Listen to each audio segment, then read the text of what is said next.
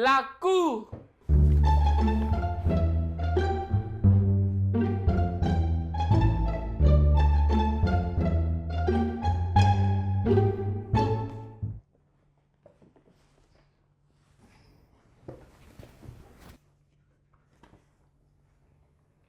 Bonjour.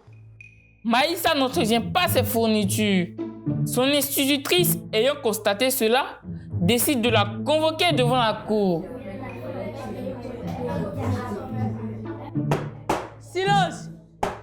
Silence dans la salle! Maïssa est demandée à la barre. Maïssa, reconnaissez-vous les faits qui vous sont reprochés? Votre honneur, j'aime disposer mes affaires comme bon me semble. Je ne vois pas où est le problème. D'accord, nous verrons cela. Maître Yadou, vous pouvez y aller. Merci, votre honneur. Maïssa, on dit que vous êtes brouillonne.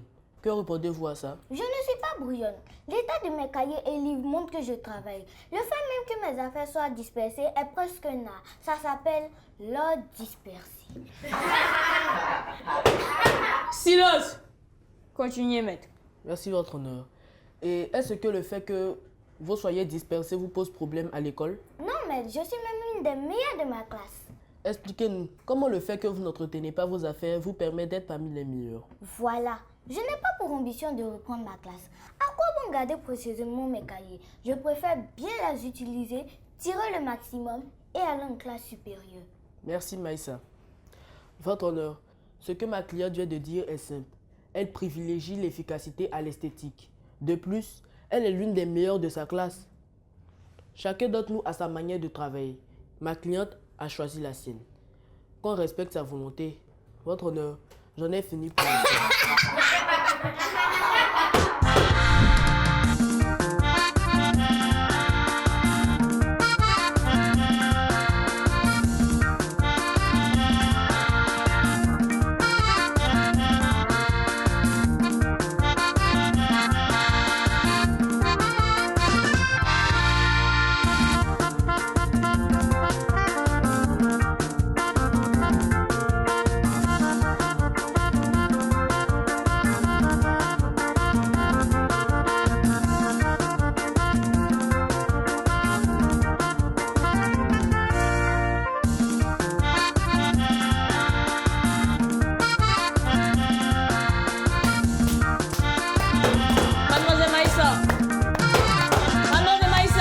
Excusez-moi, votre honneur. Cette cour n'est pas un bouillon, mais une cour éducative.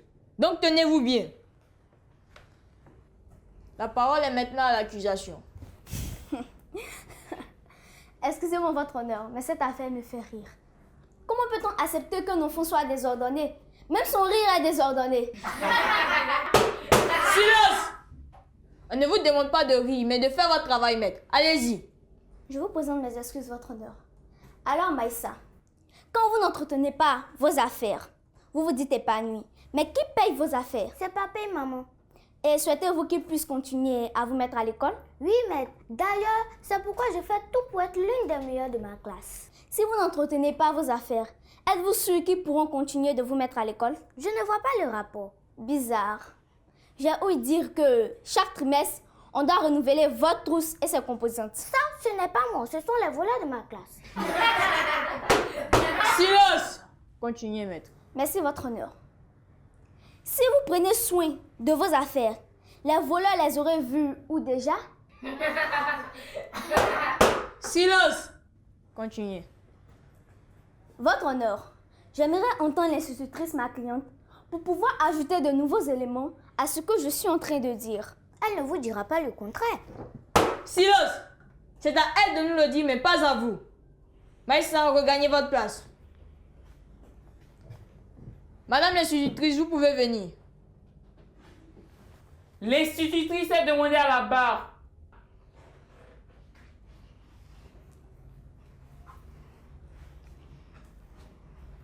Madame, j'aimerais savoir si Maïssa est aussi travailleuse qu'elle le prétend en classe. Oui, maître, elle est très intelligente. Pourtant, le fait de ne pas entretenir ses effets ne pose-t-il pas de problème? Si souvent elle ne retrouve pas ses stylos en plein cours, c'est qu'elles sont tachées d'encre et d'huile, en plus d'être connées.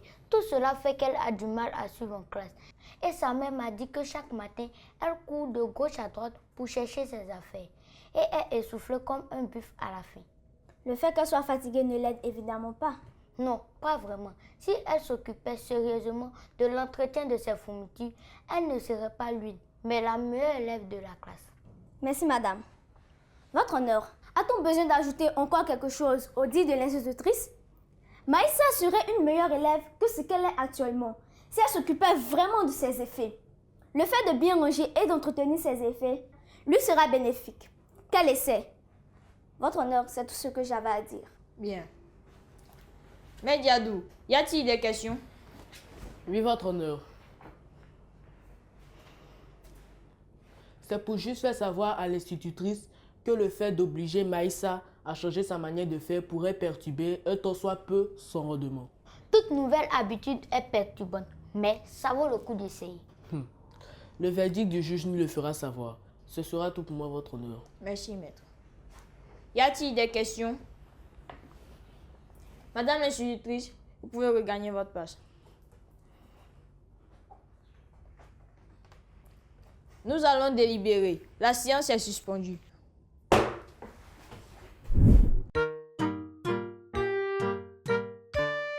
L'actualité. Hello chers amis et bienvenue dans votre rubrique Exploration. Aujourd'hui, nous parlerons de la falaise de Fresco. Le relief de la région de Fresco, réparti en zones forestières et lagunaires, est peu accidenté. Il présente de nombreux plateaux, des bas-fonds marécageux, des vallées et quelques collines. Les plus grands accidents du sol qu'on y observe sont la falaise du Boson et la colline d'Adjidjan. La falaise est reconnue sur le plan international comme un haut lieu de sédimentation fossilière. La colline, quant à elle, a servi d'habitation à l'administration coloniale. C'est sur elle qu'ont été construits en 1905 les bureaux de la subdivision de Fresco et les logements des administrateurs. Je vous invite à les découvrir. Mais c'était d'avoir suivi. Au revoir et à bientôt. La cour.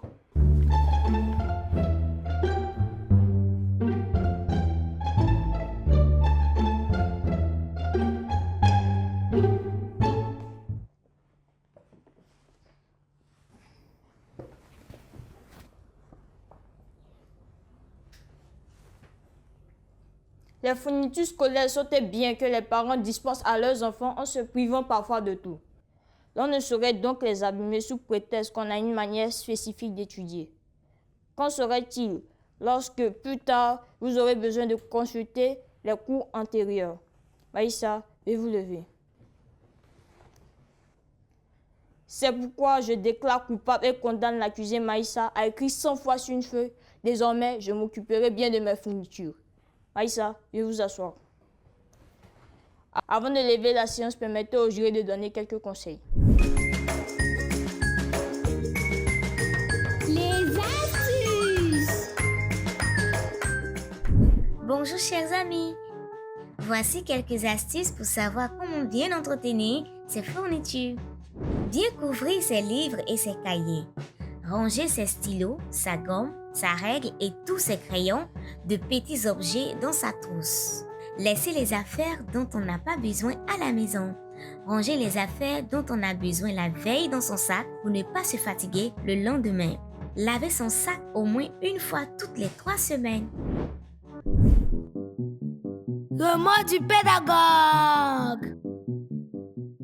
Salut les enfants! Aujourd'hui, nous allons parler de l'importance de l'entretien des fournitures. Bien entretenir ses fournitures est un signe de propreté et de considération pour les études. Maintenir ses livres et ses cahiers propres donne l'envie d'étudier et démontre notre intérêt pour les études. Alors ne faites pas comme Maïssa, qui n'entretient pas ses fournitures. Chers parents, pour qu'un enfant, de manière spontanée, entretienne ses fournitures, il faudrait au préalable qu'il ait appris à s'entretenir lui-même et à entretenir tout objet ou tout bien mis à sa disposition. Et cette responsabilité vous incombe. Inculquez à vos enfants le sens de la propreté, de l'entretien de soi et de toutes choses mises à leur disposition. Ainsi, ce comportement les suivra partout dans tous les domaines de leur vie. Chers enfants, la propreté est indispensable dans la vie de tout individu. Elle ne doit pas s'arrêter à vos vêtements et à votre corps. Elle doit s'étendre à toutes les composantes de votre vie. Alors, prenez soin de vos fournitures, ainsi vous aurez de bonnes notes pendant la correction des cahiers. On se dit à la prochaine! Éducation civique et morale. Fracture. Définition. C'est une discontinuité au niveau des os. Symptômes. La fracture se traduit par les signes suivants. Impotence fonctionnelle, douleur vive, déformation, gonflement. Précaution à prendre. En cas de fracture, il convient de faire ceci. Immobiliser le membre atteint au moyen d'attelle de fortune. Conduire la victime à l'hôpital. J'espère que vous avez bien noté nos conseils. Tâchez de bien vous comporter, sinon vous serez convoqué au banc des accusés de cette cour, qui est loin d'être une cour de récré. La séance est levée.